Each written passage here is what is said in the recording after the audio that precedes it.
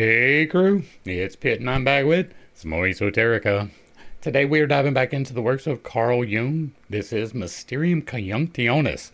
We are reading aloud and discussing as we go along the various points brought to light by the text. It is not the format for everyone, but people do find value in it, so you are more than welcome to tag along as we continue our exploration. Before we begin, however, if you are unfamiliar with me, any of my unconventional beliefs, or if at any point in time I lose you in terminology, there will be several playlists linked in the corner above, in the box down below, along with the original source material, the link from my book where I teach you to do magic responsibly, and a direct link to get in contact with me so that you can get a better understanding of who I am and why I say the things that I do. With that being said, we are going to dive in and continue our exploration of Mysterium Coniunctionis with part 1, chapter 3, the Enigma of Bologna. Now, this is an exceptionally long chapter. It is about 27 pages long. We will probably get through about half of it today and pick up the rest on the next day. Just so we're aware, going into this, we almost certainly will not finish this today. It may even stretch into 3 days, depending on how it goes. So, the Enigma of Bologna. Footnote 121. Originally a contribution to the memorial volume for Albert O'Reilly. 51.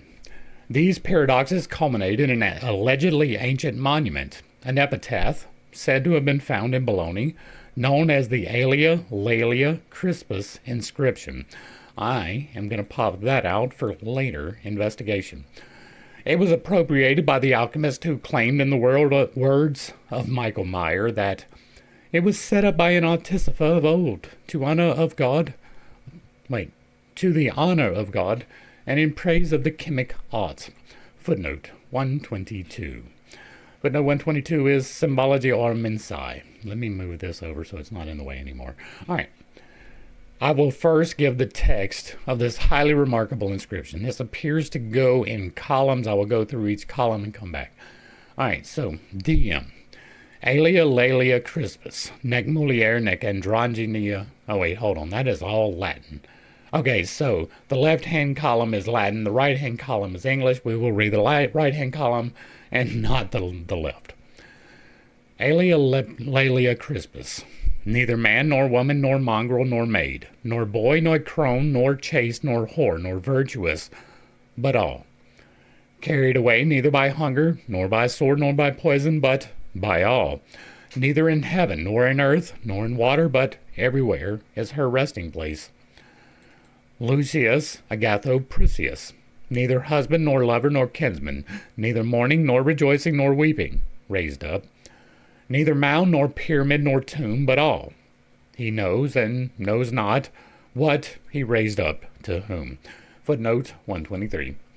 See paragraph 67. That is a ways away. There is a tomb that has no body in it, and there is a body that has no tomb around it. But body and tomb are the same. All right, there's a lot here, right? This is every woman and no particular woman, right? Neither man nor person even, right? Man nor woman, mongrel nor maid. Now, mongrel normally relates to an off-breed animal, so I don't know what that would be. Nor boy, nor crone, nor maid, nor chaste, nor whore, nor virtuous, right? This is all of the experiences, but yet none of them. That would be the all, right? That to me is okay, like fairly obvious and even correct, right? We are here individualized, but we are all one. And so it encapsulates the entire experience. That is what this is talking about. Neither man nor woman, mongrel, maid, boy, crone, chaste, whore, virtuous, but all. Neither hunger or sword, poison, but all. Again, all of the experiences, but yet none in particular. And so that's perfectly fine. A tomb that has no body in it and a body that has no tomb in it, that's an interesting one, right? Body and tomb are the same. Once again, I do not believe in the victim mentality mindset that this is a prison planet or that this is a tomb for the soul. That would be what is implied here, and I am not in agreement with that at all, right? The soul will depart this vessel. It does not entomb it at all, right? The soul is here for the experience navigating 5-dimensional space with this temple, but it is not the temple, right? And so it has a body, right? But it is not the body. A tomb that has no body in it, the body that has no tomb round it, again, is just encapsulating the experience. 52. Let it be said at once, this epitaph is sheer nonsense, a joke. 124.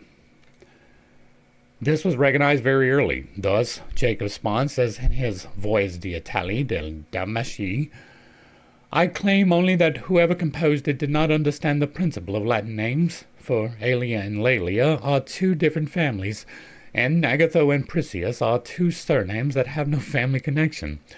And on page 351, if any melancholy dreamer chooses to amuse himself by explaining it to pass the time, let him. Myself, I have already said that I do not believe it to be ancient, and would not put myself to the bother of investigating its riddle. It is fairly obvious to me, and am I wrong? Am I reading too much into this? Right? That only adds another layer of this being the encapsulation of the whole thing, right? If Alia and Laelia are two different families, it is encapsulating the experience of the two families as well, right? And if this is Lucius, Agatho, Prisius is representing different things, it is encapsulating the full experience as well, right? This is neither and, right? Not neither nor, but neither and. It is neither this, but it is this and.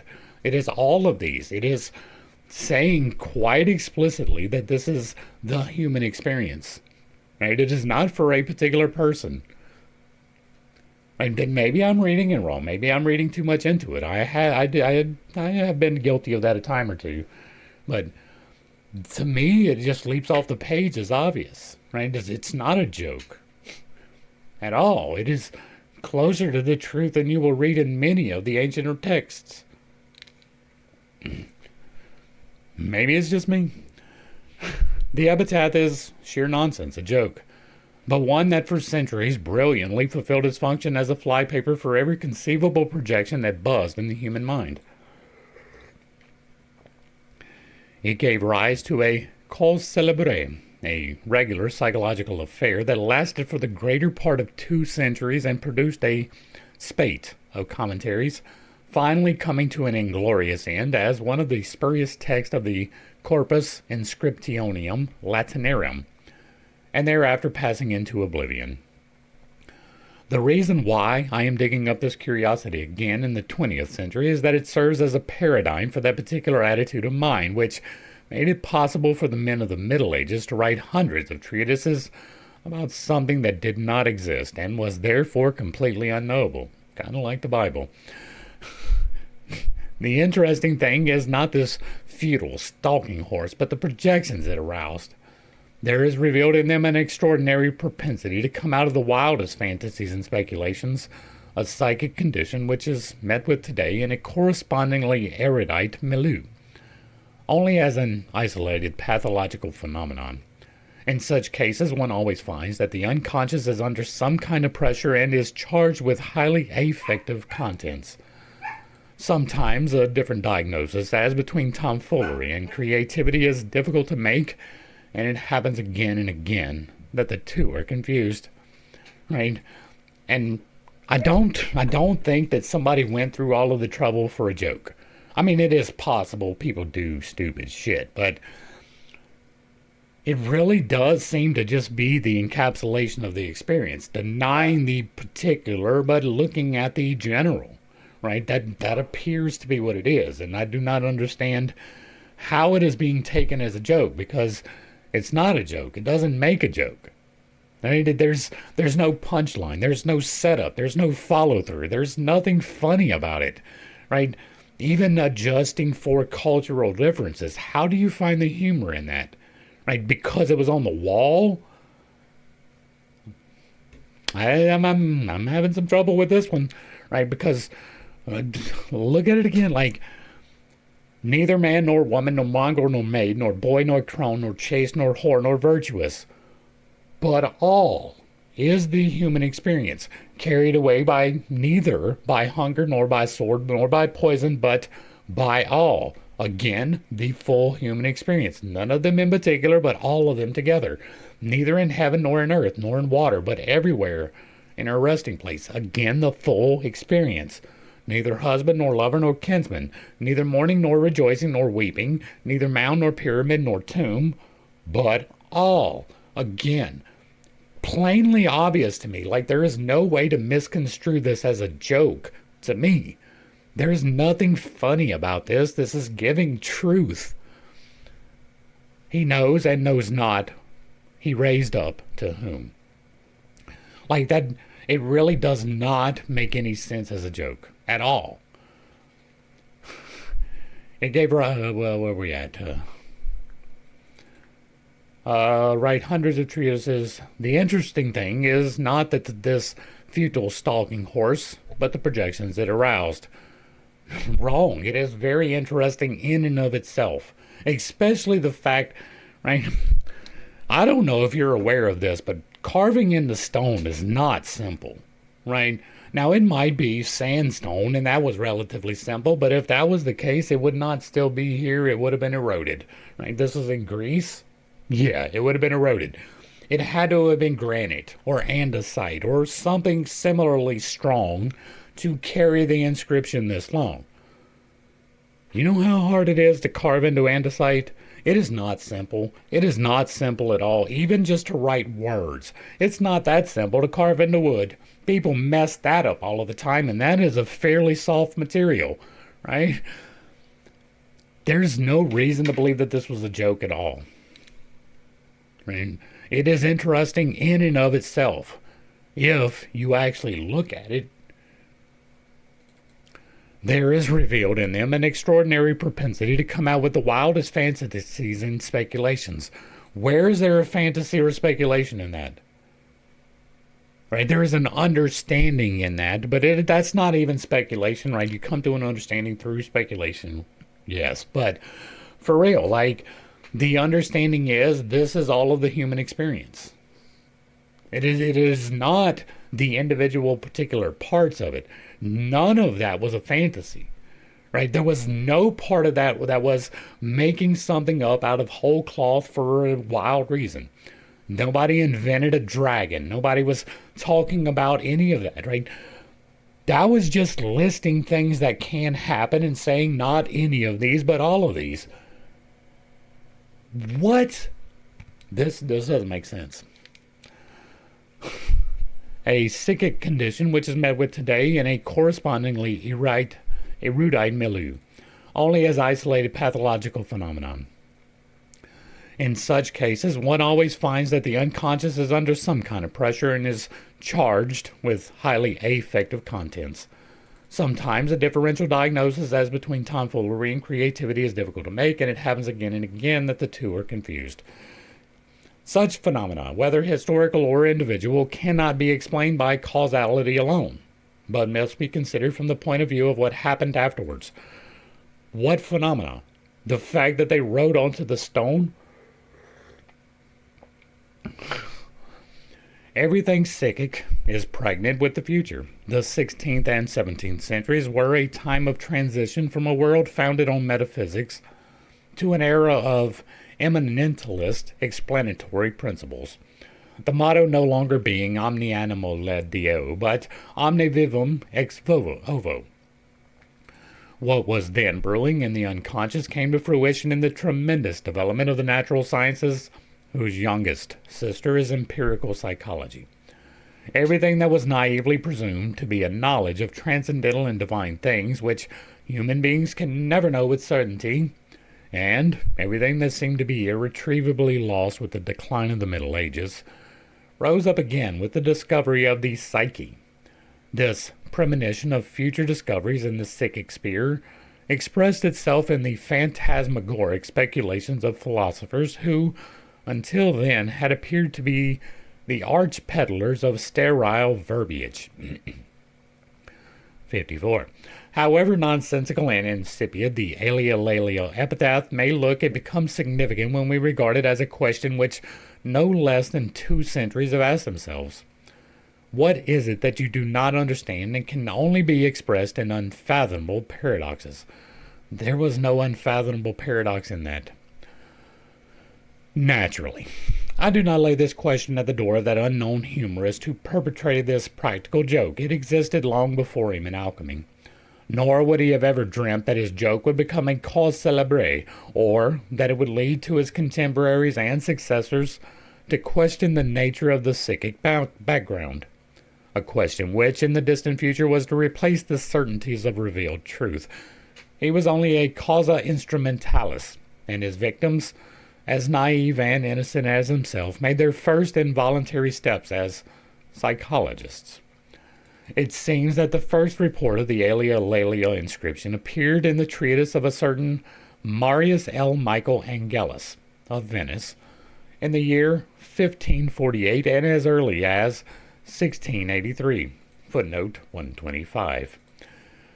The inscription also mentioned in Tenolia, Basilia Septula Recta Continuata of the Appendix Exata Monumenta. Caesar Malvasius, footnote 125 or 126, Alia Laelia Crispus non nata resurgens. Among the commentators, Rusner, author of Pandora, Barnard, Turius, and Vitus are cited, but not Michael Meyer. Caesar Malvasius had collected no less than 45 attempts at interpretation, footnote 127. Ferguson mentions 43 commentators, but there are two others in Malvasius, presumably friends of the author, who are introduced. Aldrovanius Ulysses of Bologna and his comrade are Achilles. Thus, by 1683, the number of known commentators had risen to 48, including Meyer. Ulysses Androvandus of Bologna lived from 1522 to 1605. He was a famous doctor and philosopher. Our Achilles may be identical with Achilles Volta. His name is mentioned as one of the commentators in Schwartz, Acta Eruditorium, page 333. Unfortunately, I have no access to his treatise. The total number of commentators is, however, larger than 48. In alchemical literature, the treatise of the physician Nicholas Barnot of Crest, Dauphine, who lived in the second half of the 16th century, has been preserved. He gave an alchemical interpretation of the inscription in, it appears, 1597, footnote 128. C.F. Ferguson, Bernard and Alia Laelia. Barnard's commentarium is printed in Theatrica Chemicum and also in Manger Biblica Chemicum. To begin with, I shall keep to his interpretation of that of the learned Michael Meyer. Meyer maintains that Alia and Laelia represent two persons who are united in a single subject, named Crispus. Bernard calls Alia solar, presumably a derivation from sun. Laelia he interprets as lunar. Crispus, curly-haired, thinks Meyer, comes from the curly hairs which are converted into a very fine powder. Footnote 129. According to Rulin, capilli is the name for the lapis rebus. It was also conjectured that the prima materia might be found in hair. Alright, so I do not know the definitions in Latin of Alia, Laelia, Crispus, any of these things, so I cannot speculate upon them other than to say this. This appears to be somebody trying to fit something in where it may not fit, right? To me, right, again, this is just me, but to me it is extremely obvious what is meant by this, and that may be the sun and the moon combined into, and that is the human experience. That may be the way that it goes, but it is describing the human experience. I mean, not necessarily alchemy. It does not give anything about alchemy at all in it, unless you are looking for that. Like, if you're looking for something, you're going to find it. Right? But if it is not patently obvious, you're probably finding the wrong thing. We have examples of that every single day. There is constantly somebody on the internet talking about how their race is keeping them from succeeding. That is a lie. But if you are looking for racism everywhere, you will find it everywhere. And so if you didn't get the job and there was somebody of a different race in charge, it is extremely easy to just assume that it was because of race, and a lot harder to assume because you were not qualified for the job, right? This is the same type of thing. You are looking for something that may not be there. To me, it leaps off of the page that this thing is there. Maybe I'm reading into it too hard, but I'm not going and trying to decipher these words and make them fit to something that I am presupposing. It was just by reading them, I'm like, oh, that's what it's talking about. And I do not understand at all how that has not been mentioned already, right? How this psychologist who came up with a type of psychology did not see that as the human experience. That's a little bit wild to me. Maybe he is taking in too much accordance of these authorities who have commentated upon it. Maybe it's further down in this explanation. But to me, that would have been the very first explanation, and all the rest of these would have been speculative. Back to the text. Meyer obviously has in mind the tincture, the arcane substance. Yes, he found exactly what he was looking for. Barneau, on the other hand, says that our materia is ovulata intricata, therefore curly.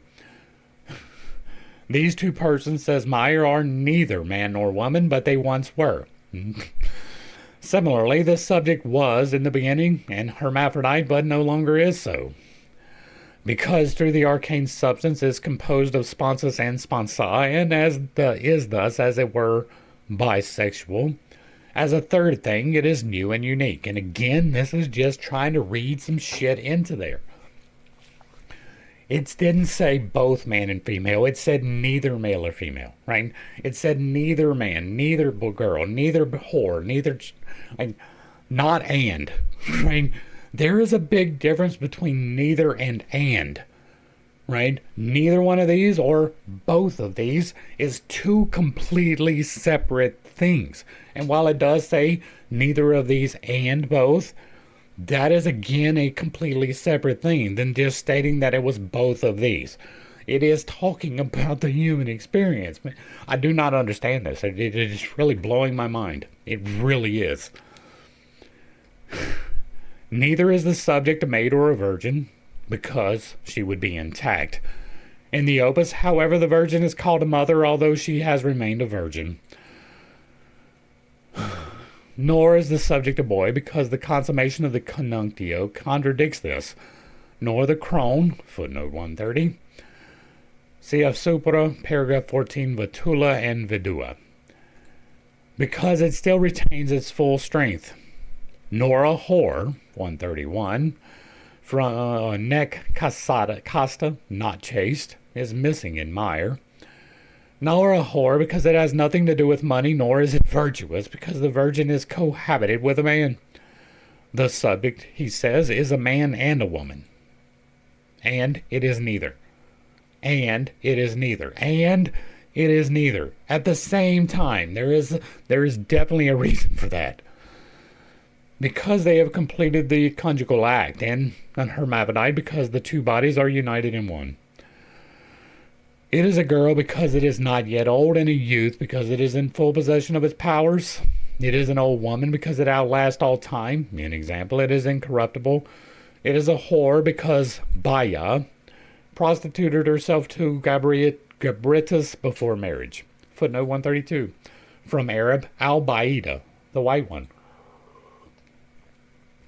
It is virtuous because the subsequent marriage gave absolution. 133. For marriage, like a cloak, covers and hides whatever is vicious. But all is the real explanation of the enigma. All these designations refer to qualities of the one thing. Yeah. And finally we're getting to it. I thought we were not. And these were thought of as existing because they are not entities in themselves. The same is true of the carried away passage. The substance, Ouroboros, devours itself and thus suffers no hunger. It does not die by the sword, but slays itself with its own dart. Like the scorpion, which is another synonym for the arcane substance. Footnote 134. Scorpion, i.e. poison. Those are not the same thing, right? Scorpions have venom. Venom is commonly mistaken as poison, but it is not the same thing, and it is not synonymous with, right? Scorpions are not the only envenomed animal. There is no reason to look at it when it refers to poison as specifically talking about a scorpion. In fact, correct terminology would have you looking at a plant and not any animal whatsoever. That is the difference between poisonous and venomous, right? Venomous is something you are injected with. Poisonous is something that is intrinsic to the thing, right? Two completely different things. If you eat something poisonous, you get poisoned. If you are injected with something venomous, you are envenomed. It is a difference. It is a very important difference. Eoi, two-horned one, twin-formed one.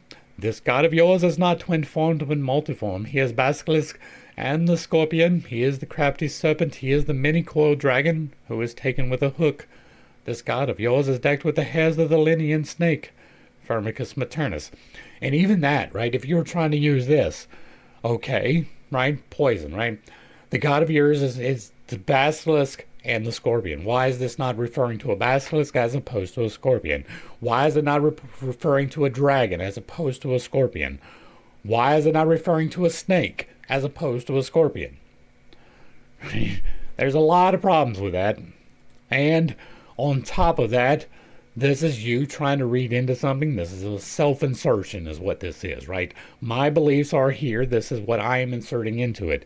There is nothing in the text that even intimates any of this, right? This is an extrapolation made because you have a belief already. It is not killed by a poison because, as Bernard says, it is a good poison. Holy fuck. Really? A good poison. A panacea with which it brings itself to life again. 135. The divine water makes nature come forth from their natures, and it quickens the dead. Jabir, libera de mercure oriental. Gomerios to Cleopatra. Stand up from the grave, and the medicament of life has entered into you. The tincturing spirit and metallic water that is poured out over the body, bring it to life. Aurora Consurgens. 2. At the same time, it is killed by all three. By hunger for itself, by the sword of Mercurius. Where was that mentioned? 136. With regard to the piercing sword, the dividing blade of Mercurius, see the visions of Zoismos. And by its own poison as snake or scorpion. By all again points to the arcane substance, as Bernard says. This is everything. It has within itself everything needful for its completion. Everything can be predicated of it, and it of everything. Footnote 137. Commentarium, Theatrica Chemicum. For the one is the whole, as the greatest chemist said, because of the one everything is, and if the whole had not the whole in itself, the whole would not be. 138. Berthelot. Bernard seems to have known the Paris manuscript number 2327. All right, so once again, the one is everything. You are completely surrounded by the one. You are encapsulated by the one and composed of the one. The Holy Spirit is quite literally every single element in existence. The Logos is all of those elements moving and combining. Neither one of those is represented by a human in its entirety, ever at the entire history of ever. It has never been a thing that a person was the Logos or the one. But you are a part of the one, and you are encapsulated and composed of the one. Everything is, the whole has in itself, or the whole would not be. That is talking about what I talk about. The terminology may not be exactly the same, but that's exactly what it is talking about. They didn't have the understanding that we do now. We have the lens of history to look back through. We have a greater understanding of molecular biology, chemistry, elemental science, physics. We have a greater understanding now what this is talking about. Right? The one is the one. This poem is talking about that. Right? It is the human experience that is part of the one. Back to the text. That the arcanum is neither in heaven nor on earth, nor in water, is explained by Meyer as a reference to the lapis, which is found everywhere. Yes, it is. It is found in all the elements, and not only in one of them. Yes, it is. Here, Bernard is rather more subtle, for he equates heaven with the soul, earth with the body, and water with the spirit. 139. He adds, which is accustomed to bear away the spirit, cf. the crime of the spirit. Alright, so heaven with the soul, earth with the body, and water with the spirit is not a bad way of looking at it, right? This is the body. It is the salt. It is the corporeal part. The soul is the individualized piece of divinity which resides within the temple and makes the decisions. The heaven is a good explainer of that. It is also going to be the Mercury part of the trilogy, right? And then you have the spirit. That is the part that changes from the now into the next. It is the composition part. It is the oneness that we have been talking about. Everything is composed from the spirit, and water is a good allegory for that. Air is actually a better one. Water works, but air is a better one for the spirit. And actually, it would be fire. Fire represents the spirit because fire is the logos, and the logos is life, light, change. Fire, that is all logos. And so it would be earth for the body, would be air or heaven for the soul, and then it would be fire for the spirit. Would be the best way to explain that, but this is understandable with the understanding that they had. And water with the spirit, and thus arrives at the idea of the wholeness of a living organism. All material, he says, is simultaneously in heaven on earth and in the water, as if wholly in the whole and wholly in each part, so that these parts, though otherwise divisible, can no longer be separated from one another after they are made one. The whole law and prophets of alchemy seem to depend upon this. 140. Theatrical Chemicum, page 845. And again, right, this is the oneness. You are simultaneously the divine representative as the soul making the decisions. You are not God, but you are a piece of God, simultaneously in heaven. On earth, in the corporeal, right, and in water, we are navigating through the oneness. So it does make sense. The law, I get. The prophets of alchemy, there's a lot of problems with prophecy. Bernal explains the name of him who raised the tomb, Lucius Agathopricius, as follows. Lucius is lucid, endowed with the most lucid intellect. 141. Bernard calls him, adorned with both natural and divine light. Agatho is good-natured, good, upright. Pricius is Priscus, pristine, senior, of ancient time, reckoned among those upright philosophers of old. Meyer maintains that these names signify the chief requisite necessary for the fulfillment of the art.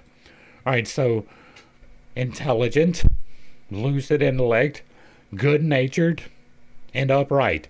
That would indeed be the way that you would find the path, by signifying these things within yourself, identifying yourself as these things, and acting them out, right? Good thoughts, good deeds, good action, or good thoughts, good words, good actions, right? Neither husband nor lover, etc., means that Alia Laelia drew him to herself as the magnet, the iron, and changed him into her nebulous and black nature. And again, that is just reading some shit that you want to be in there. There is no reason to assume that. In the Coniunctio, he became her husband and was necessary to the work. 142. Meyer does not make necessarius here as meaning kinsman. But Meyer does not tell us to what extent he was not the husband, etc. Alright, so once again, this is reading something in there that is not necessarily there. You are looking for something. I could not, even with this as a key, I cannot go back and read that and see this at all in any way, shape, or form whatsoever. This is completely separate to me from the poem. It does not have a direct correlation whatsoever. Bernard says, these are the chief causes, namely marriage, love, and consanguinity, which move a man to raise a column in the dead, to the dead, in the temple of memory, and none of these can here be considered. Lucius had another purpose in mind. He wished the art, which teaches everything, which is of all things the most precious and is concealed under this enigma, to appear upon the scene, so that the investigators might apply themselves to the art and true science which surpasses all else in worth. True, he makes an exception of that holiest investigation, agnitium, of God in Christ, whereon our salvation depends. Your salvation does not depend upon any man that has ever walked upon the earth. Footnote 143. Theatrica Chemicum 3. A proviso we often meet in the text, because if they did not put that in there, they would have died. Right? That is the reason why this is in most of these texts. It is not necessarily because they believe that you had to seek Christ, but because they were in fear of their lives if they did not tell you to do so. The Catholic Church was a wonderful instrument of torture for thousands of years. They have, in many cases, defeated entire peoples and took from them their entire culture on pain of death. They have wreaked nothing but horrible things for their existence. And if that steps on your toes, I don't care. The Catholic Church did more to subdue and subjugate men than pretty much anything else on the fucking planet ever. And that includes socialism and communism, both of which are pretty horrible. But then again, the Catholic Church was trying to bring about some socialism, so there is that. 62. Meyer ignores the negative in neither mourning, etc., just as he did in neither human husband. In truth, he says, all this can be as well said positively of Lucius and not negatively. On the other hand, Barnault remarks that he draws a picture of an intrepid philosopher, smooth and rounded. Footnote 144. The wise man, whole, smooth, and rounded, is a Horatian figure, meaning a man who is not dependent on earthly things. Cf. Satires. Who then is free? The wise man, who is lord over himself, whom neither poverty nor death nor bonds affright, who bravely defies his passions and scorns ambition, who in himself is a whole, smoothed and rounded. Horace, Satires, Epistles, and Ars Poetica. Neither mound, etc., is again explained positively by Meyer. Alia is herself the mound, which endures something firm and immovable. Really? Really? Really? Are you fucking kidding me? Neither a mound, but it's obviously referring to her. Obviously, it says neither a mound, but obviously it is referring to this woman. Really? This is a reference to the incorruptibility which the opus sought to achieve. He says the pyramid signifies a flame to eternal remembrance, and this was Alia herself. She was buried because Lucius did everything he had to do in her name. He takes her place, as it were, just as the filius philosophorum takes the place of the maternal primal materia, which till then had only been the effect of arcane substance. Barnault declares that though Lucius is a building, it does not fulfill its purpose, since it is a symbol. But all, he refers to the tabulus margina, because the epitaph as a whole points to the medicina summa et catholica. It does not. By he knows and knows not, Meyer thinks that Lucius knew it at first, but no longer knew it afterwards, because he himself was ungratefully forgotten. It is not clear to me what this is intended to mean. That's because the guy was not clear. Meyer did not know what he was talking about. Barnard takes the monument as an allegory of the lapis, of which Lucius knew. He explains the quid as quantum, for Lucius probably did not know how much the stone weighed. Neither, of course, did he know for what future discoverer he had made the inscription. Barnard's explanation of quid is decidedly feeble. It would be more to the point to remember that the lapis is a fabulous entity of cosmic dimensions which surpasses human understanding. Yeah, no, it's not. Right, it is, right? The lapis is the heart, right? The lapis philosophium, the philosopher's stone, is your heart. It is the thing that changes the mortal into the spiritual into the mortal. It binds together the two, enables manifestation, allows the manipulation of the electromagnetic forces of creation, all of that. But it is also the all prima materia from which you form the philosopher's stone. So it is both internal and external, and as the external, it is cosmic dimensions which surpass human understanding. Right? That is correct, but it is a lesser understanding. It is both at the same time. It is both the material and what you have created out of the material in your heart. Consideration for the prestige of the alchemist may have prevented him from indulging this suggestive thought, for as an alchemist, he could not very well admit that the artifacts himself did not know what he was producing with his art. Had he been a modern psychologist, he might have realized, with a little effort, that man's totality, the self, is by definition beyond the bounds of knowledge. That is footnote 145, insofar as it is the sum of conscious and unconscious processes. All right, and this is absolutely true, right? Man's totality is beyond the bounds of knowledge. Even in yourself, you will never know yourself fully. That may seem oxymoronic, right? But if you are not doing your shadow work, there is an entire half of you that you have no conception of. If you are not on the path of enlightenment, you are walking around like a normal human being with no exposure to, right? You are doing things daily, on a daily basis, that are your shadow self expressing itself. Whether that is denial of feelings, whether that is not dealing with your emotions in the right way, whether that is not dealing with your interpersonal relationships in the correct manner, whether that is not being truthful in all of your efforts, whatever it is, you are leaning into your shadow self if you are not leaning into your light self. So on a baseline level, most men will never even attempt shadow work.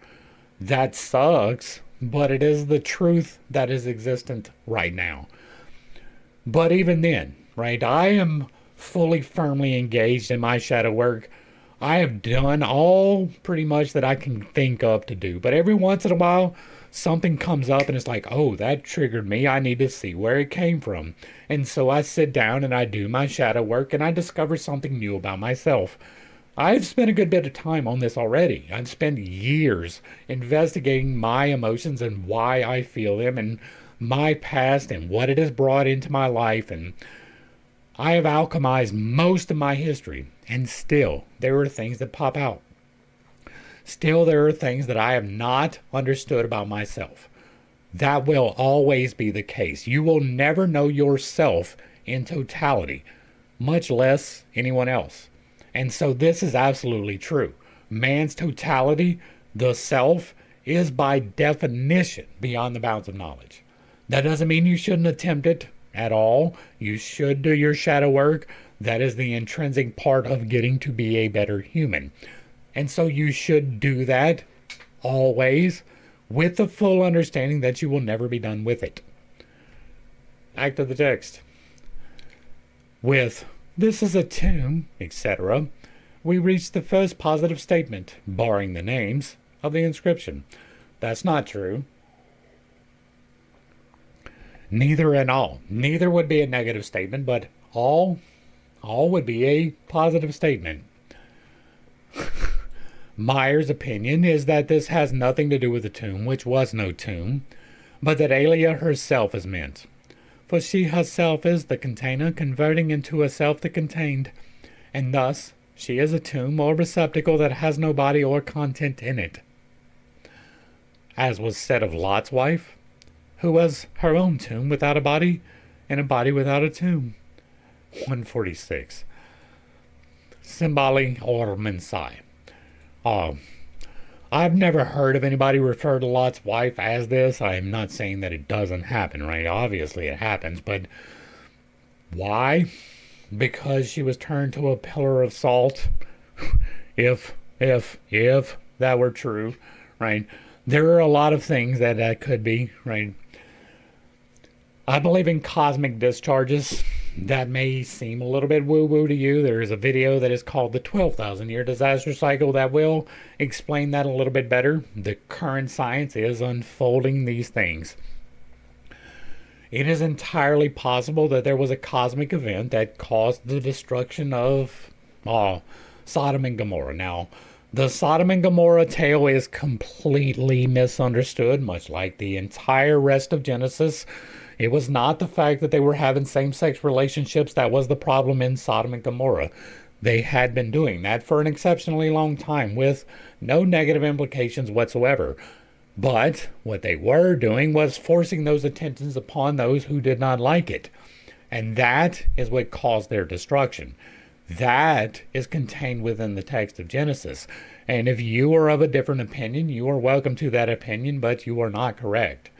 Once again, I refer you to the Bible study where I have spent an extensive amount of time on these things, and you should as well. But in the case of this is a cosmic destruction, and she paused, maybe she did get struck by something that turned her completely to ash. That is possible with electromagnetic radiation, don't you think? Even into a salt. He is evidently alluding to the second version of the Eraslius vision, which says, "With so much love did Baia embrace Gabricus, that she absorbed him wholly into her own nature, and dissolved him into indivisible particles." 147. The empirical model for this amalgamation of gold with mercury. Hence the saying, "The whole work lies in the solution," an example of sun and moon in mercury. How are you getting that from this? Right? I haven't read the Eraslius vision, so it is a direct chemical reference, right? I don't know. I do know that you get mercury from the refinement of gold. I don't know about putting it back in there, though. Ripley says that at the death of the king, all of his limbs were torn into atoms. 148. Opera. He says there arises a thickening of the air, an example, a concretizing of the spirit, and all of the limbs are torn to atoms. The mangled king refers to Osiris, well known to the alchemist, and his dismemberment. Thus, Olympiodorus mentions Osiris as the straightened tomb which hides all his limbs. He is the moist principle, in agreement with Plutarch, Isis, and Osiris, and has bound together the whole of the lead, obviously, as its soul. Typhon sealed the coffin of Osiris with lead. Osiris and Isis together form the androgynous prima materia. He has affinities with the sick or imprisoned king, the Rex Marinus of the Visio Araceli. He is many-eyed in Diodorus and many-formed like Attis, or the self-transforming Mercurius. In the hymn to Attis, he is said to be a corpse or a god or the unfruitful one. He must be freed from his grave or prison. The daily rite of the king in cutting out the sacrificial victim's eye in memory of the eye of Horus, which contained the soul of Osiris. Campbell, The Miraculous Birth of King Amenhotep III. On the first day of Feminoth, beginning of spring, Osiris enters the new moon. This is his conjunction with Isis. And as at the beginning the sun is hidden in the moon, so hidden at the end is the extracted from the moon. Ventura de Rationale Confici Lapidus. right? And for me, these are allegories over the return to the one source, right? That is, all the elements in existence are the Holy Spirit. Those are indivisible particles, right? They can be combined, but once you get down to the elemental level, it's non-divisible, except through some extreme electromagnetic radiation, which transforms lead, bismuth, and I forget what the third one is, into gold, which we have done. This is the motif of dismemberment, which is well known in alchemy. 149. Wait, we did that. The atoms are, or become, white sparks shining in the terra fotida. What was that? That was 150? Yeah, 150. The bad smell is the stench of the graves, for it's the dead's bodies. Smell is evil, and like the stench of the graves, the stench of the underworld is an idea that dates back to Egypt, the Book of Gates, cited by Wallace Budge. Okay, well, there are a couple things there, right? First off, decomposition creates something called hydrogen sulfide. Hydrogen sulfide is the hydrogen in your body breaking down and bonding with the sulfur and creating a gas. This gas is toxic. If you breathe hydrogen sulfide in concentrate, it can kill you fairly quickly. You would smell it the first time as rotten eggs. The second breath is probably going to kill you. Right? You won't smell the second breath. It will knock out your olfactory senses. You will not be able to smell anything. Even if you survive, right, if you get out after the first breath, there is a chance that you will never smell anything ever again. That is real. Right? That is a thing that in the Navy they talk about quite a bit. That's one of the reasons why I know that. Also, there is dead air, right? If you encapsulate an area for an extended amount of time and there is no circulation, say a sealed cave or tomb, even if there is no body within it, that air will die. If you walk into there and it is dead air, you will die as well, right? Both of those things are real. Right? That is what is being described right here. That dead air, that dead smell, those are real things. Be very careful. They are also called the fish's eyes. Footnote 151. The pure lateau is cooked until it begins to shine like a fish's eyes. Marenius in Art Orife. The explanation of Alia herself is as the tomb would naturally appeal to an alchemist, as this motif plays a considerable role in the literature. He called his vessel a tomb. Footnote 152. 152. This one being placed in its spherical tomb. This vessel is also called the tomb. Tomb, prison. Vas equals tomb, prison. The stone is to be removed from the door of my sepulchre. We got a few references. 157 is the next one we need to look at. Or, as in the Rosarium, a red tumulus of rock. The Turba says that a tomb must be dug for the dragon and the woman. Interment is identical with the Negretto. A Greek treatise describes the alchemical process as the 8 graves. Did I say 157 or 155? 157. Alexander found the tomb of Hermes when he discovered the secret of the art. The king is buried in Saturn. 157. The tomb in which our king is buried is called Saturn. Arthur White. An analogy of the buried Osiris. 158. Firmicus Maternus. In their shrines they have the idol of Osiris buried. Alright. While the Negretto of the burial endures, the woman rolls. 159. 159 is Liber Alze, and that is more Greek.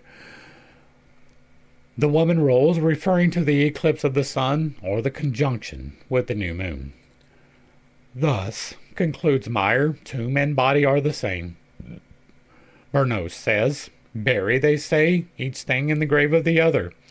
For when sulfur, Sol, and aqua, or Sol, Luna, and Mercurius, are in our materia, they must be extracted, conjoined, buried, and mortified, and turned into ashes. Thus it comes to pass that the nest of the birds becomes their grave, and conversely, the birds absorb the nest and unite themselves firmly with it.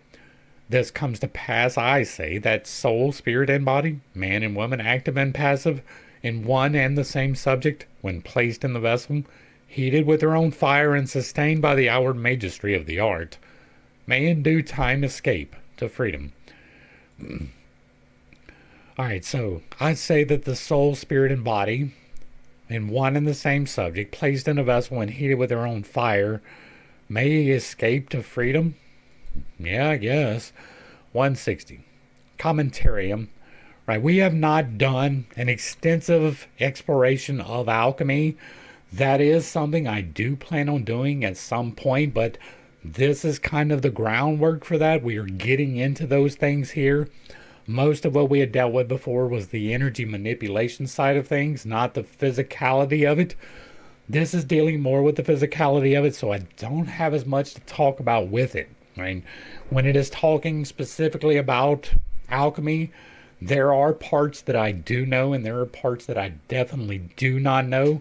And I'm not trying to put myself out there talking about things that I do not know. Right? And so, in these words, the whole secret of the union of opposites is revealed. The Summa Medicina, which heals not only the body but the spirit. The word escape presupposes a state of imprisonment which is brought to an end by the union of opposites. The Hindus describe this as Nirdvandava, free from the opposites, a conception that, in this form at least, is alien to the Christian West because it relativizes the opposites and is intended to mitigate, or even heal, the irreconcilable conflict in the militant Christian attitude. Oh boy, there's a lot here. Let's read the footnote. 161. The fact that the alchemists, in their attempt to solve the enigma, immediately thought of the most significant thing they knew, namely the secret of their art, is understandable at a time when there were enigmas even concerning God, the Holy Scriptures, etc. Cf. Laurentius, Enigmatum Libre 3, which also contains the riddle of the hermaphrodite, when my pregnant mother bore me, etc. Alright, so first off, once again, this right here is incorrect. You are not in a state of imprisonment. And that is not even the end goal. There is not, God did not differentiate you so that he could punish you forever. Right? He did not individualize you into the soul that resides in this 5D navigation device so that you would mess up and he could throw you into a lake of fire. That is something that the Christians have taken upon themselves. They have created that pretty much out of whole cloth, with the possible exception that the Hindus had it first. Right? It was not a Judaic concept at all. It is not in the Old Testament at all that you would be tossed into a lake of fire to burn forever. There was no sacrifice forgives your sin for an eternal level in the Old Testament at all. There was sacrifice so that your sins can be forgiven. Not that it was required to do so, but it was a pocketbook hit for now. Not for then. Not for the other side. This idea that this is a prison planet is something that the control systems have created out of whole cloth so that you will believe it and be convinced that you are incapable of doing the things that you are capable of doing. It is a self-imposed restriction that they allow you to restrict yourself with. Right? They give it to you, but you place it upon yourself. That's why it's self-imposed. This is not a prison planet. That is the very first thing that you need to get into your mind if you are going to do anything that I talk about. Everything that you can do is because God put you here with purpose. That purpose was not to punish you. So this, again, is the completely wrong way of looking at all of it. That is understandable through the lens of history because of the Christian church, particularly being militant, right? Particularly going out and conquering other people through miles of blood, right? The path of the Christian church is paved with blood. Not the blood of Christ, but the blood of the innocent who just wanted to believe their own thing. And so, this is something that the Catholic Church pervade because they wanted you to be docile. They wanted you to believe that your salvation was dependent upon their priest giving you redemption. That has never been the case. There has never been any man that walked upon the earth that could forgive your sins. Not a single one ever. 67. The interpretation here given of this enigmatic inscription should be taken for what it is, a testament to the alchemical way of thinking, which in this instance reveals more about itself than the epitaph would seem to warrant. But here we must tread carefully, for a good many other explanations are possible and, in fact, have been given. Footnote 162. Athenaeus Kircher's interpretation of his Oediipus Egypticus is purely alchemical and is not distinguished by any originality. He calls the inscription the prime chemic enigma, mentioning that Wilhelmus Baraldus, the Englishman, made a Kabbalistic interpretation. The monument is mentioned in Drexilius. There is at Bologna an ancient epitaph which has puzzled the wits of many. Some interpret it as referring to man's soul, others to the water from the clouds, others to Niobe changed into a rock, others in yet other ways. All right. Above all, we have to consider the genuineness of the monument and its origin. None of the three authors so far mentioned actually saw the inscription. That is amazing. At the time of Malvasius in 1683, there were apparently only two original transcripts of it, one in Bologna, the other in Milan. The one in Bologna ends with the words, qua pusurit. The other in Milan adds, hoc est sepulchrum, etc., and also a quid to the sit est nescit of the Bologna version. Further, at the head of the Milan version, there is an unelucidated AMPPD in place of the DM, Dis Manibus. At the head of the other, Malvasius states that the monument was destroyed, 163. All of this is in Malvasius, Aelia Laelia, page 55. Malvasius states that the monument was destroyed, but he cites eyewitnesses who claim to have seen the inscription and copied it. In particular, Johannes Turius of Bruges, who in January of 1567 wrote a letter to Richardus Vitus, Richard White of Basingstoke, saying that he had read the epitaph with his own eyes in the villa of Marcus Antonius de la Volta, at the first milestone outside the Porta Marcherella, Bologna. It was, as the eyewitnesses and commentator Johannes Casperius Gavartius reports, let into the wall joining the villa to the church. A few of the chiseled letters were, worn with time and corroded by a kind of rust, which, he says, testified to its antiquity. 164. That is page 103. Malvasius endeavored to prove its genuineness with the help of numerous other Roman epitaphs. 165. Professor Felix Stahelin has informed me that the inscription is cited in this book under the spurious ones. These asterisks are part of the reference in the corpse. Other Roman epitaphs and advance the following theory.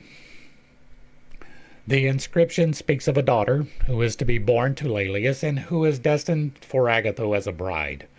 But she is neither a daughter nor bride, because though conceived, she is not born, and not born because she is miscarried. There is no reason to assume that at all from what was stated in that text. You can find whatever you want to find, right? That is just like gematria. You can find if you are looking. Therefore, Agatho, long chosen as the husband, disappointed in such great hope, and betrayed by fate, rightly mocks himself or pretends to mock himself with this enigmatic inscription. 166. Page 40. And then we have to 169. All right. Malvasius goes out of his way to be fair to the author of the epigraph. He calls Agatho very skilled in this science, and that, indeed, he compares him as being a preeminent worshipper of the exceedingly auspicious number 3 to Hermes Trismegistus, and calls him thrice greatest, an allusion to the concluding sentence of the Tabula Smaragdina. 169.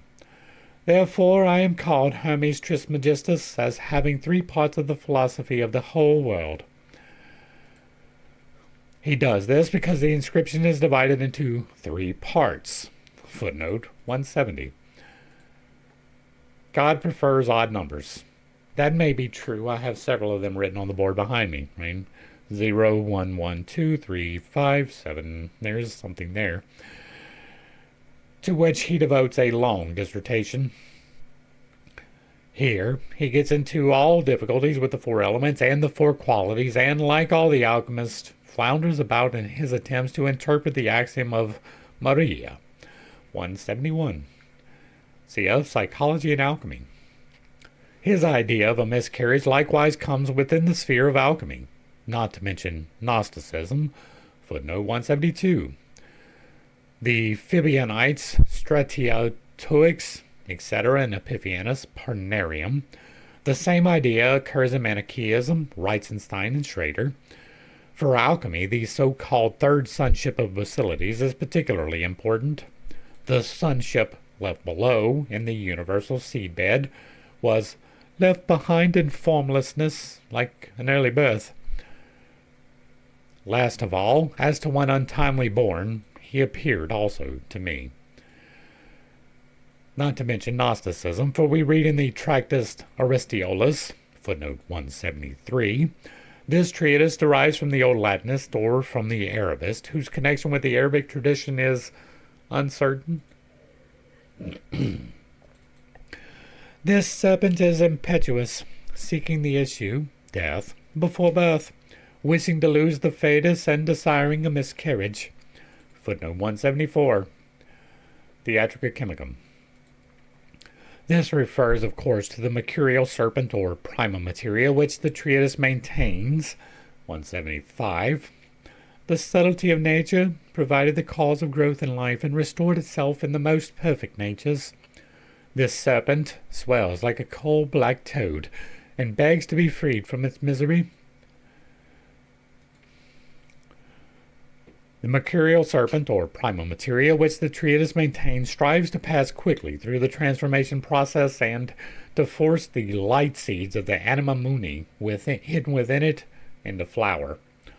Of the numerous interpretations made by the commentators, I would like to mention one which seems to me worth rescuing from oblivion. This is the view expressed by the 2 friends of Malvasius, namely, that Lucius Agatho was a real person, but that Alia was a fictitious woman, or perhaps an evil genius in female form, or an ungodly spirit, who, in the opinion of one of them, flies about in the air, and according to the other dwells in the earth, and was enclosed and affixed in the Unionian oak, a sylvan sprite, nymph, or hamadryad, who, when the oak was cut down and burnt, was obliged to seek another dwelling place, and was so found, as if dead, in the sarcophagus. Thus it was that she was praised, described, and commemorated by the loved and loving Agatho. 176. Alia Laelia, page 29. According to this interpretation, Alia is Agatho's anima, projected into a Ionian oak. The oak is the tree of Jupiter, but it is also sacred to Juno. 177. On the Capitoline Hill there was an ancient oak sacred to the capital. For Ionia, see Plutarch. In a metaphorical sense, as the feminine carrier of the anima projection, it is Jupiter's spouse and Agatho's beloved. Mythologically, nymphs, druids, and etc. are nature and tree noumena, but psychologically they are anima projections, so far as masculine statements are concerned. 178.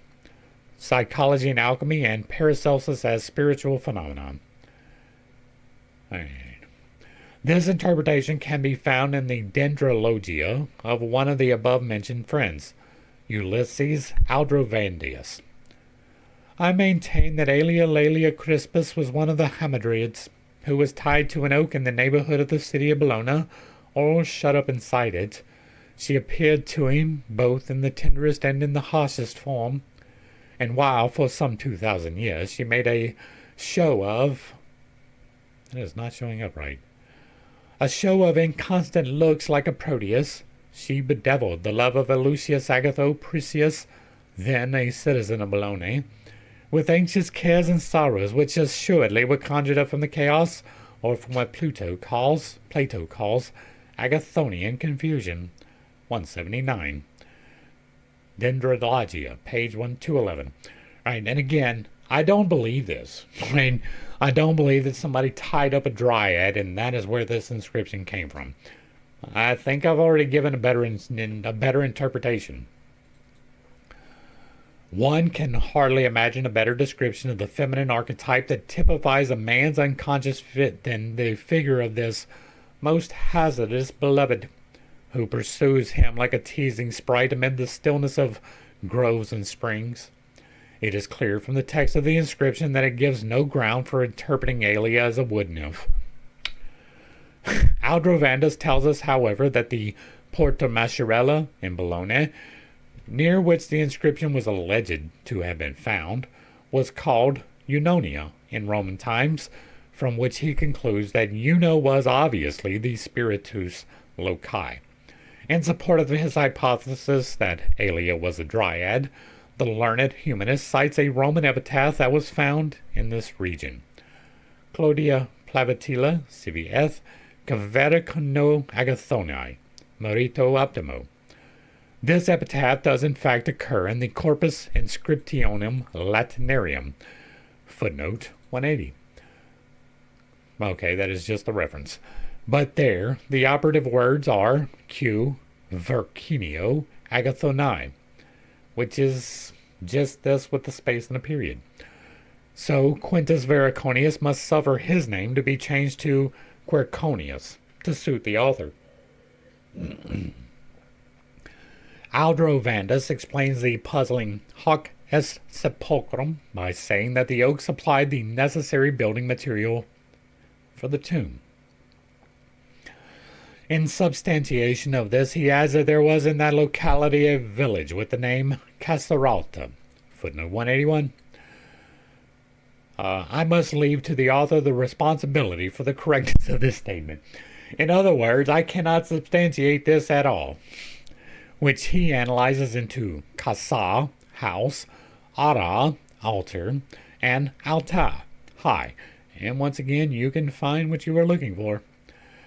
As a further contribution, he quotes an Italian poem about a great oak, representing, he says, the world of the elements, planted as it were in a heavenly garden where sun and moon are spread out like two flowers. Footnote 182. Dendrologia. And this allusion to the world oak of Pherecydes leads us straight to the sun and moon tree of alchemy, to the red and white lily. Footnote 183. Concerning red and white, see the Zohar. As the lily among thorns, Song of Songs 2, is tinged with red and white, so is the community of Israel is visited now with justice and now with mercy. In contrast to alchemy, red is coordinated with the feminine and white with the masculine side of the Sephiroth system. For me, that is going to be black and white. White would be the masculine, black would be the feminine. And back. The red slave and the white woman, or white dove. Footnote 184. The doves in the Grove of Diana. The dove symbol may be derived directly from Christian allegory. Here, we must consider the maternal significance of the dove, since Mary is called the Columba Mystica. Further, the hidden mother designated as a dove in the Act of Thomas, and the dove symbolism in the Paraclete in Philo, who is the heir of divine things. Nelkin describes the vision as an insane patient had of called the father. On his breast he bore a tree of life with red and white fruit, and on it was sitting a dove. All right, so there's a lot of allegory that you can pull from the New Testament. There's not a lot of reality that you can pull from it, but there's a lot of allegory. The slave and the white woman, or white dove, and the four-hued blossoms of the tree in the western land. Footnote 185. Abu al-Qasim Muhammad, Kitab Alim al-Muqtasab. Edited by Homeyard. Roessner's Pandora portrays the tree as a torch-bearing woman, its top sprouting out of her crowned head. Here, the tree is personified by its feminine numen. Aldrovandus' interpretation is essentially alchemical, as we can see from the treatise of Bernardus Trevisanus, Count of the March and Trevis. 187. I guess we will look at that. The Chemica Miraculio. He tells the parable, 188, page 799. He tells the parable of an adept who finds a clear spring set about with the finest stone, and, secured to the trunk of an oak tree, the whole surrounded by a wall. This is the king's bath in which he seeks renewal. An old man, Hermes the mystagogue, explains how the king had this bath built. He placed it in an old oak, cloven in the first midst. 189. He inserted an old oak, cloven in the midst, which is protected from the rays of the sun, casting a shadow. The fountain was surrounded by a thick wall, and first it was enclosed in hard bright stone, then in hollow oak. 190. Page 800. The point of the parable, evidently, is to bring the oak into connection with the bath. Usually this is the nuptial bath of the royal pair, but here the queen is missing, for it is only the king who is renewed. This unusual version, 191, usually the king is alone only when he is sitting in the sweat bath. This unusual version of the motif suggests that the oak, as the feminine numen, has taken the place of the queen. If this assumption is correct, it is particularly significant that the oak is first said to be cloven and later to be hollow. Now it seems to be the upright trunk or stalk of the fountain. 192. Brunnenstock. The fountain described here is of a type commonly found in rural parts of Central Europe. Shaped like a flattened dell, it consists of an upright block of wood, the stalk, from which the water pipe projects over a long trough hollowed out of a tree trunk. Now, a living tree casting a shadow, now the trough of a fountain. This ambiguity refers to the different aspects of the tree.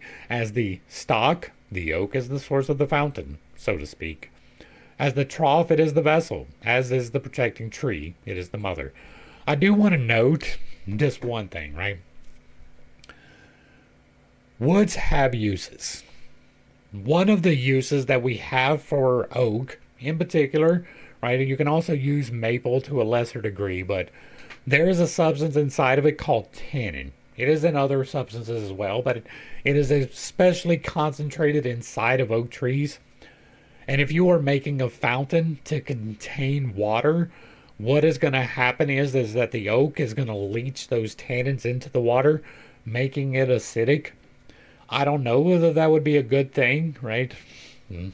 I've never used that. To me, a well or a fountain is going to be made out of stone. For the degradation principles that are involved with it, making that out of wood does not make any sense to me, because even like all of the woods have a leachable process. Like if you were going to use oak in a barrel for whiskey, you have to burn the inside of it and char it, and then it's going to absorb the char. That is why whiskey comes out with a charcoal taste, right? But that is specifically to get rid of those tannins. And so making something that you're going to drink out of that's going to store water, that is going to leach tannin, is probably not a good idea. I cannot speak definitively upon that, but that is a thing that does exist, right? If you're going to tan leather, for example, you take a barrel and you cut up some wood and you soak it in the barrel. There is another process by which you concentrate that into a stronger tannin. But that is the process that you can use for, like, there's other processes as well. You can use the ammonia that is made from human urine. There are other things that go into it as well, but the oak is a source for this chemical that you can use to tan leather, and I don't know that drinking it would be a good idea. From ancient times, the tree was man's birthplace. 194.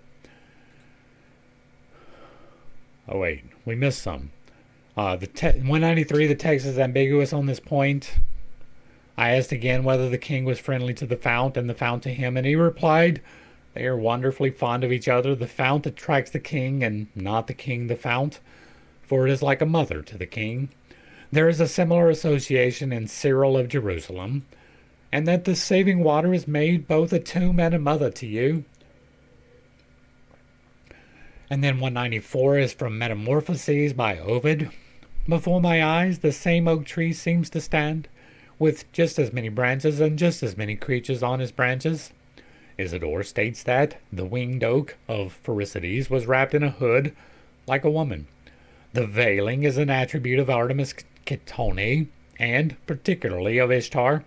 She is Tashmetu, the veiled one, Siture Sabitu, who sits on the throne of the sea, covered in a veil. The constant attribute of Ishtar is the palm, according to the Quran, Surah 19. Mary was born under a palm tree, just as Leto gave birth under a palm tree in Delos. Exactly like that, because the Quran was invented by Muhammad by taking from other sources and creating a religion. Maya gave birth to the Buddha with the assistance of a willow. Human beings are said to be born of oaks. Further material in The Philosophical Tree. From ancient times, the tree was man's birthplace. It is therefore a source of life. The alchemists called both the vessel and the bath the womb. Footnote 195. This is the liturgical name for the font. See the preface in the Benedicto Fontis. May he fecundate this water for the regeneration of man. By matrix, he means the root of the gourd. The spagaric vessel is to be constructed in the likeness of the natural vessel. The natural vessel is the uterus. The cloven or hollow trunk bears out this interpretation. 196. The place of gestation, even though it is artificial, yet imitates the natural place, since it is concave and closed. The king's bath is itself a matrix, the tree serving as an attribute of the latter.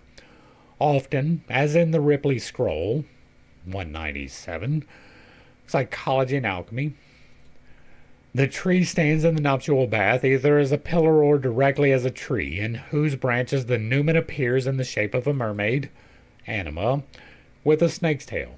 198. There is a widespread idea that souls and noumena appear as snakes. For instance, the noumen of the hero Seracops Ecretius. John Chrysostom, Homilia 26, in Johannum, for what the mother is to the unborn child, that water is to the believer. For in water he is molded and formed. Of old it was said, let the water bring forth creeping things with a living soul. But since the Lord entered the streams of the Jordan, the waters bearing no longer creeping things with living souls, but reasonable souls bearing the Holy Spirit. Okay. The analogy with the tree of knowledge is obvious. Footnote 199. According to Hegemonius, Jesus was the paradisial tree, indeed, the tree of knowledge. In Manichaean tradition, the trees which are in paradise are the lust and other temptations that corrupt the thoughts of men. I've got a list of 7 of those if you are interested. But the tree in paradise whereby God, good, is known is Jesus, and the knowledge of him which is in the world. And he who receives this discerns good from evil. Here the tree is regarded as a remedy for concupiscence, though outwardly it is not to be distinguished from other corrupting trees. The tree of the knowledge of good and evil is not Jesus. The Dodonian oak was the abode of an oracle, the anima here playing the role of prophetess. 200. Psychology and alchemy. The snake spirit, like Mercurius, appears as a tree Newman in Grimm's fairy tale, The Spirit in the Bottle. The tree has a remarkable relation to the old man in the turbo. Take that white tree and build around it a dark house covered with dew, and place in it a man of great age. 202. Impione could refer to the tree, as imponer also means to put on. The tree can be a birthplace, the ancient motif of tree birth. A man of great age, 100 years old, and close the house upon them and make it fast, so that no wind or dust can get in. Then leave them for 180 days in their house. I say that old man ceases not to eat of the fruits of that tree until the completion of that number, 180, and that old man becomes a youth. Oh, what wondrous natures, which have changed the soul of that old man into a youthful body, and the father is become the son. 203. Sermo 58. That is obviously an allegory. It is obviously not real, right? A man of great age, 100 years old, close the house around him in a white tree. Okay, what is the white tree? Make it fast so that no wind or dust can get in, and leave them for 180 days.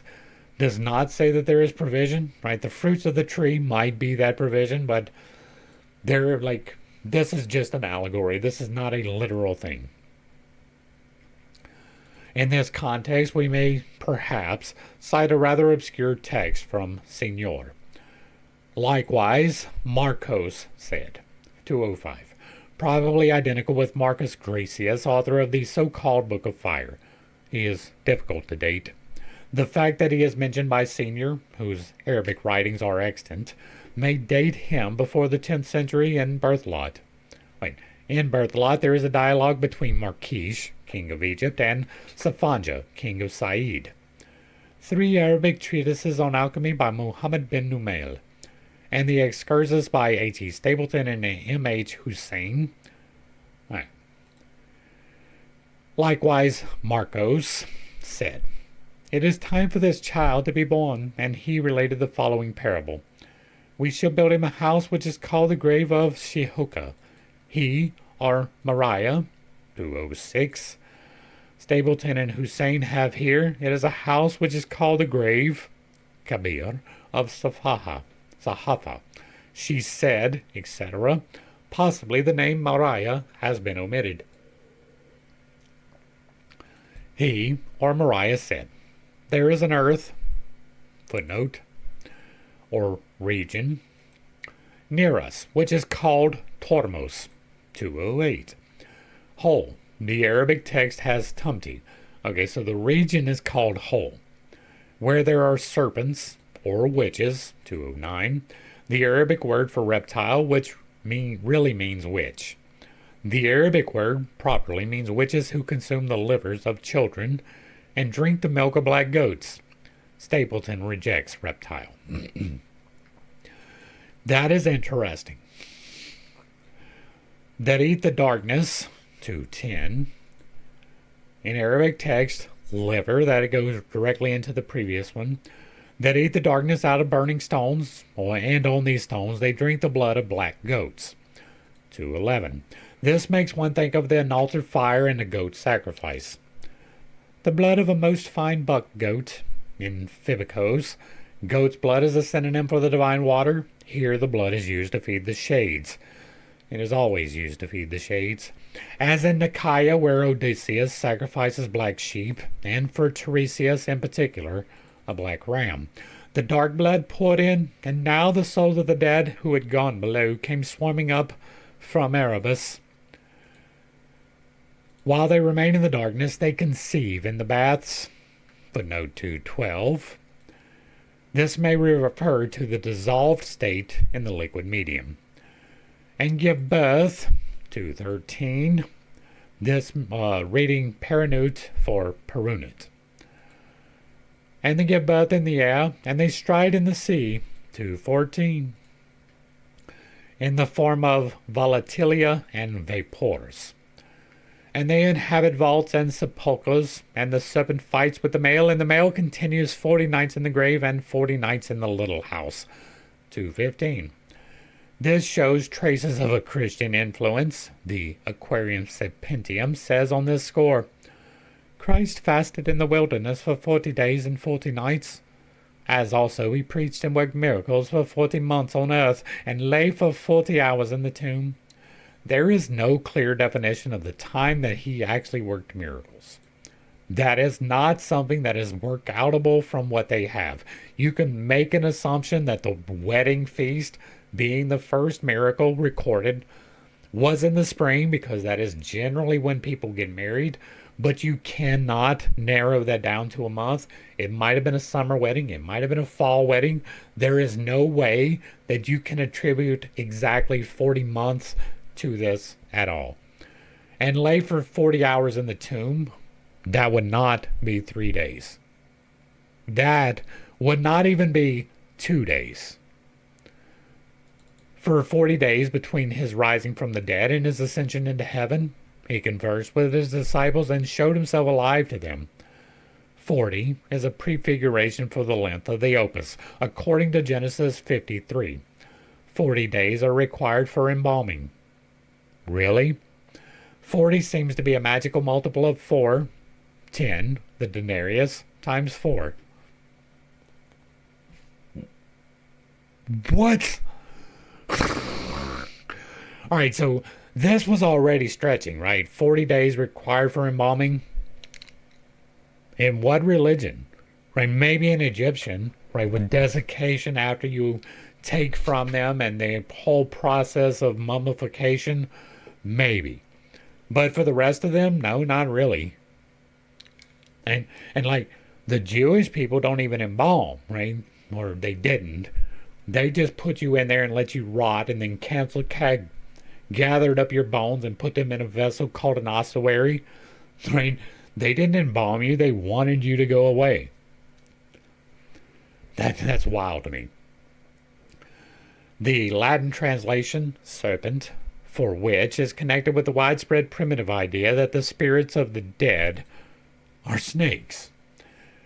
This fits in with the offering of goat's blood, since the sacrifice of black animals to the chthonic numenia was quite customary. In the Arabic text, the witches refer to the female demons of the desert, the jinn. The grave-haunting numen is likewise a widespread idea that has lingered on into Christian legend. I've even met it in the dream of a 22-year-old theological student, and I gave this dream again so that those of my readers who are familiar with the language of dreams will be able to see the full scope of the problem we are discussing. We will read this dream, and that will probably be the end. We are halfway, and we are, an hour and 30 minutes in? The dreamer was standing in the presence of a handsome old man, dressed entirely in black. He knew it was the white magician because he was dressed entirely in black. Obviously, he was the white magician. This personage had just addressed him at considerable length, but the dreamer could no longer remember what it was about. He recalled only the closing words. And for this we need the help of the black magician. At that moment the door opened, and in came another man, old man, exactly like the first, except that he was dressed in white.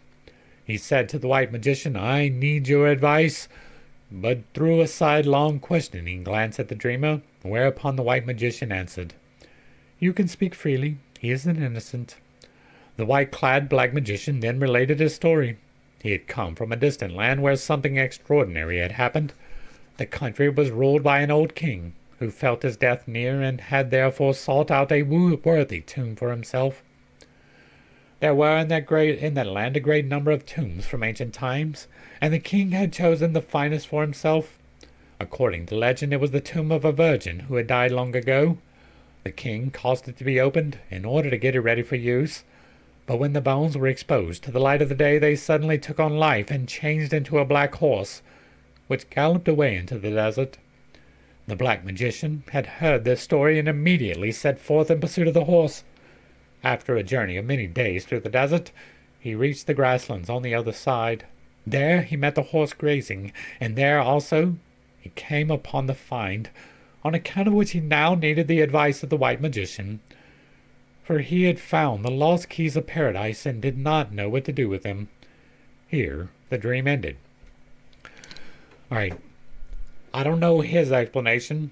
To me, this is going to be the balancing of the forces, right? Even the chasing of the black horse, following the gestational into the void with your point of light, works for this. The white and the black working in accordance works for this. This is not a one-on-one corollary that I would say, but it is close enough that it would fit the keys that I currently hold. That is not to say that this is necessarily the allegory for the keys that I hold, but the keys that I hold do fit this allegory. Now, we'll look through and see what he's got to say, and then we're going to wrap it up. The tomb was obviously haunted by the spirit of the Virgin, who played the part of the king's anima. No, it was not. There is no obvious haunting at all. Like the nymph in Malvasius, she was forced to leave her old dwelling place. Her chthonic and somber nature is shown by her transformation into a black horse, a kind of demon of the desert. We have here the widespread conception of the anima as horsewoman and nightmare, a real ungodly spirit, and at the same time the well-known fairy tale motif of the aging king, whose vitality is at an end. As a sus entendo, a magical life-renewing marriage with a nymph seems to be planned, somewhat in the manner of an immortal Merlin's marriage with his fairy. For in paradise, the garden of love with the apple tree, all opposites are united. As Isaiah says, he will make her wilderness like Eden, and her desert like the garden of the Lord.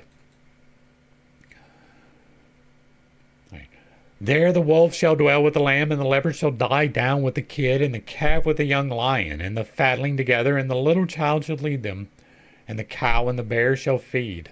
Their young ones shall lie down together, and the lion shall eat straw like the ox, and the suckling child shall play on the hole of the asp, and the weaned child shall put his hand into the cockatrice's den. There white and black come together in a kingly marriage, as a bridegroom decketh herself with ornaments, and as a bride adorneth herself with jewels.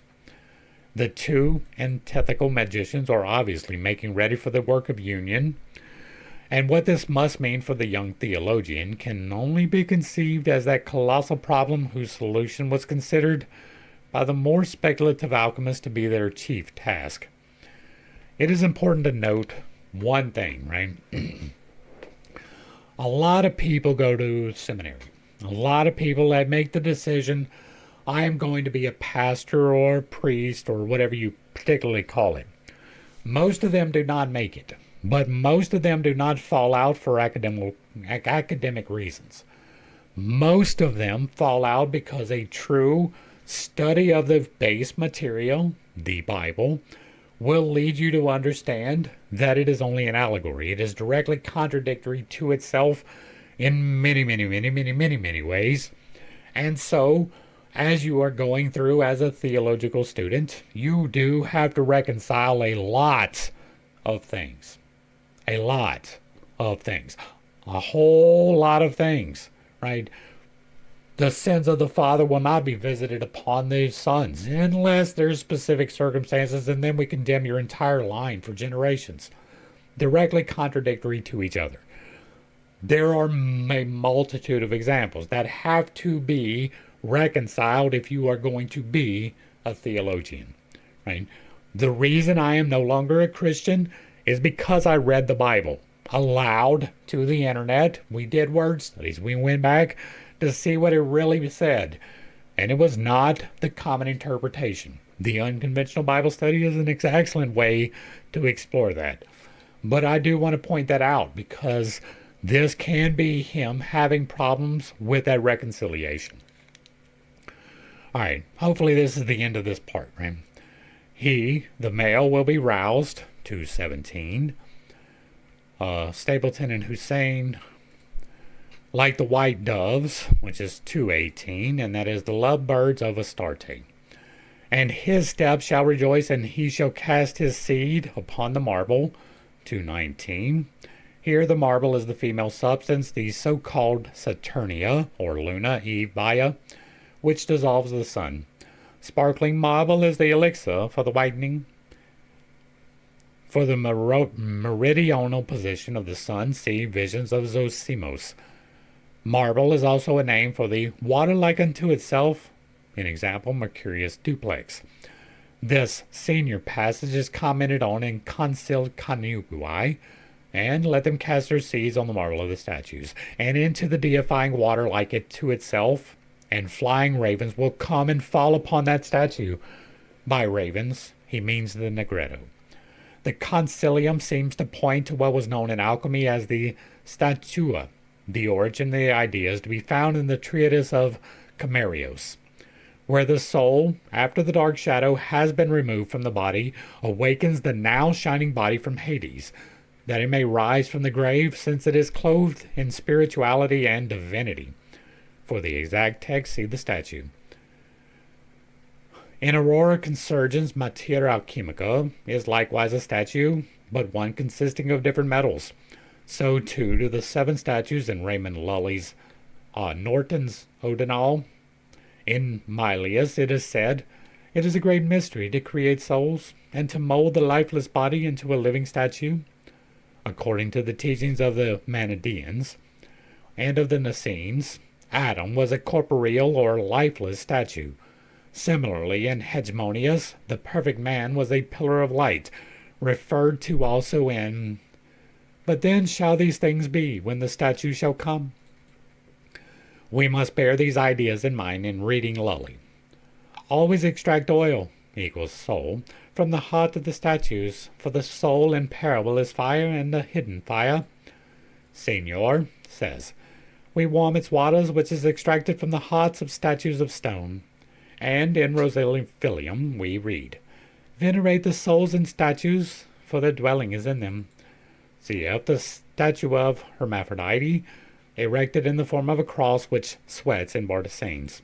The statue or pillar has affinities with the tree of light and tree of fire, as well as with the world's axis. The pillar erected onto Adonai Sabaoth in Book 2 of the Sibylline Oracles. Further material in the philosophical tree.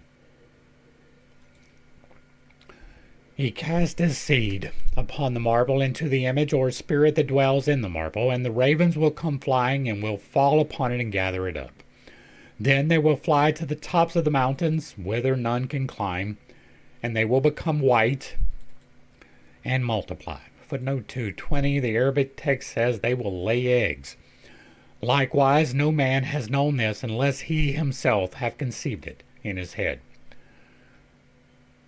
All right, well, one more paragraph. This text describes the resurrection after death, and if we are not deceived, it takes the form of a coniunctioto, a coming together of the white dove and the black raven, the latter being the spirit that dwells in the tombstone, since, as often happens, theriomorphic symbols, snakes and doves, are used for the male and female elements. This points to the union of unconscious factors. Footnote 221. A woman patient who was much concerned with the problem of opposites dreamt that, on the shore of a lake, in example, the edge of the unconscious, 2 ring snakes, as thick as an arm with pale human heads, were copulating. About 6 months later came the following dream. A snow-white snake with a black belly was growing out of my breast, and I felt a deep love for it. The ravens that gather up the seed, or the product of the union, and then fly with it up to the tops of the mountains. Footnote 222. Birds flying up and down appear frequently in the literature and symbolize the ascending vapors. The heaven to which they ascend is the alembic or capitolidum helmet, which was placed over the cooking vessel to catch the steam as it condensed, and then fly with it to the tops of the mountains, represent the helpful spirits or familiars who complete the work when the skill of the artifacts has failed him. They are not, as in Faust, beautiful angels, but dark messengers of heaven, who at this point themselves become white. 223. At any rate, this is the interpretation of the Latin translator. Even in Faust, the angels are not entirely innocent of the arts of seduction. 224. See Chapter 1, Number 2, 26. innocent of the arts of seduction, and the angel's inability to sin is, as we know, to be taken so relatively that women have to keep their heads covered in church on account of the moral frailty of these winged messengers, which has more than once proved disastrous in ancient times, e.g. Genesis 6:2, and that is a good place to stop. This is not the end. We will continue. I will pick back up right here on the next video, but we have to stop somewhere as this cannot be a 5-hour video. So hopefully I brought a little bit of enlightenment and not too much confusion to a somewhat difficult set of topics. I understand I hold some unconventional beliefs, and I do have a tendency to step on toes when I relay those. It is not intentional, but it is not something that I apologize for. I am here merely to give the best explanation that I can for this, to sift from the things that are true, might be true, and are definitely not true. I feel like I have done that well enough that I don't need to do it here. There will probably be more in the wrap up for the next video, but I want to finish the whole section before I comment too much. So, if you like what I'm doing over here, let me know down below. Give me a like, a share, a follow, throw me a comment. Whether you agree or disagree with anything that was stated, put it in the box down below, and if it remains respectful, it gets to remain up. If you really like what I'm doing over here, hit me with that super thanks. Consider joining for a membership, picking up a copy of my book, or consulting me directly through Connect. To the crew, thanks for hanging out. I appreciate every single minute that you are here with me, and I am praying for you every single day. Until next time, I love you. God loves you. You are perfect, whole, and complete just the way that you are. And this has been Pit Steak. Peace.